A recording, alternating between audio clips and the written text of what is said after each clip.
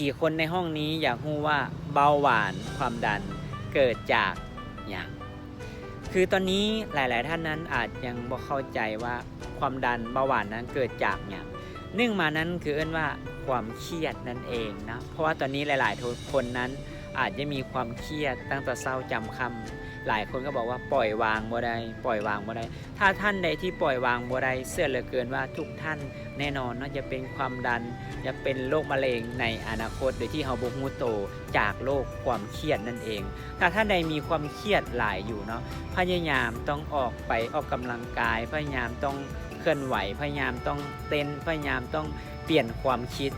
เรื่องใดที่เฮาคิดแล้วมันเครียดพยายามมันต้องปล่อยออกไปนะถ้าเราบ่ปล่อยแน่นอนหลายๆคนอาจจะเพิ่มโรคนั้นที่จะตามมาและข้อที่2การที่เบาหวานความดันเกิดขึ้นหลายที่สุดเลยในบั้นปลายชีวิตนั้นก็เกินว่าการกินนั่นเองเมื่อนี้หลายๆท่านนั้นอาจจะกินข้าวเกินกำหนดนั่นเองเกินกำหนดหมายความว่าอย่างไรคือเรากินข้าวเช้าแล้วมื้อสวยมันยังเอาพลังงานไปใส่ยังบ่หมดตอนสวยเรากินเพิ่มและตอนแรงเราก็ไปกินเพิ่มใส่สุดท้ายมันก็จะไปเป็นธาตุน้ำตาลแล้วจะเก็บไปเป็นไขมันพอไปเก็บเป็นไขมันแล้วถ้ามันไปเก็บเป็นไขมันถ้ามันเจ็บเข้าไปที่เส้นเลือดที่สมองมันอาจจะเฮ็ดให้เราเป็นอัมพาตที่มันเลือดแล่นบ่สะดวกนะ2ถ้ามันมาเจ็บไว้ที่หัวใจนะอันนี้เพิ่นบอกว่าบ่ต้องได้ไปสั่งไปเลยเพราะว่าเป็นหยังถ้าเส้นฝอยหัวใจระเบิดนะทุกคนก็คือต้องเสียชีวิตนั่นเองตอนนี้คืออยากให้ทุกท่านต้องมาปรับวิธีการกินโรคนี้มันสามารถที่ให้ทุกท่านแก้ได้โดยที่เราไม่ต้องไปกินยาตลอดนั่นเองกับปรับได้ยังไงก็ว่าเราต้องมาปรับเรื่องอาหารการกินนั่นเองคือสิ่งนี้คือว่าเป็นสิ่งเราต้องควรปรับให้ได้ไวที่สุดเลยว่ามื้อนี้ถ้าเรากินข้าวเจ้า2จานเราต้องปรับมากินจานนึงและถ้าปรับกินจานนึงแล้วต้องปรับมากินครึ่งจานและให้อิ่มด้วยอาหารว่าอาหารนั้นก็ว่าเป็นผักเป็นปลาถ้าเรากินเป็นผักเป็นปลาไปตลอดเนาะและเราหลีกเลี่ยงเรื่องซีนใดข้อสำคัญที่สุดเนาะความดัน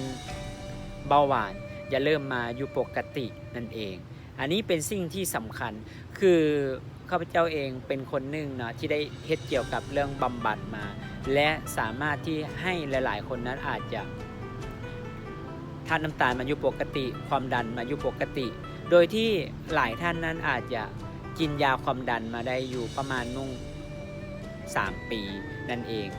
และพอได้มาใช้สูตรวิธีบำบัดนะตอนนี้หมอบอกให้กินยาความดันเลยอันนี้แหละมันเป็นสิ่งที่สำคัญที่สุดเลยถ้ามื้อนี้ถ้าท่านใดที่มีปัญหาเกี่ยวกับความดันเบาหวาน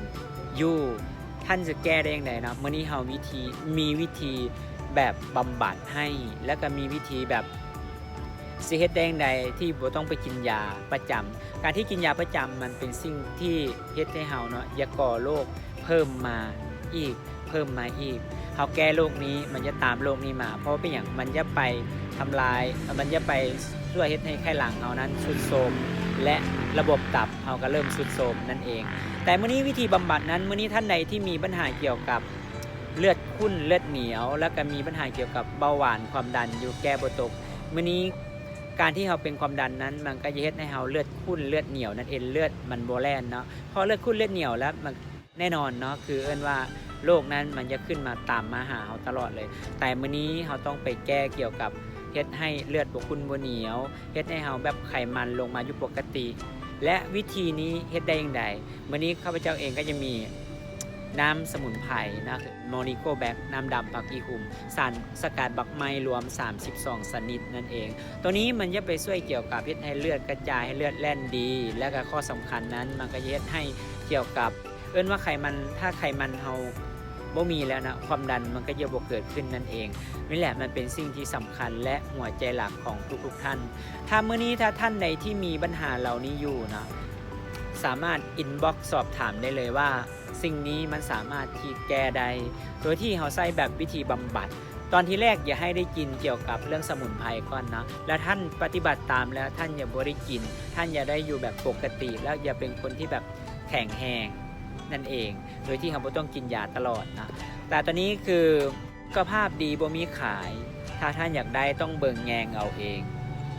จันทร สิมวงศ์ไสฮักทุกคน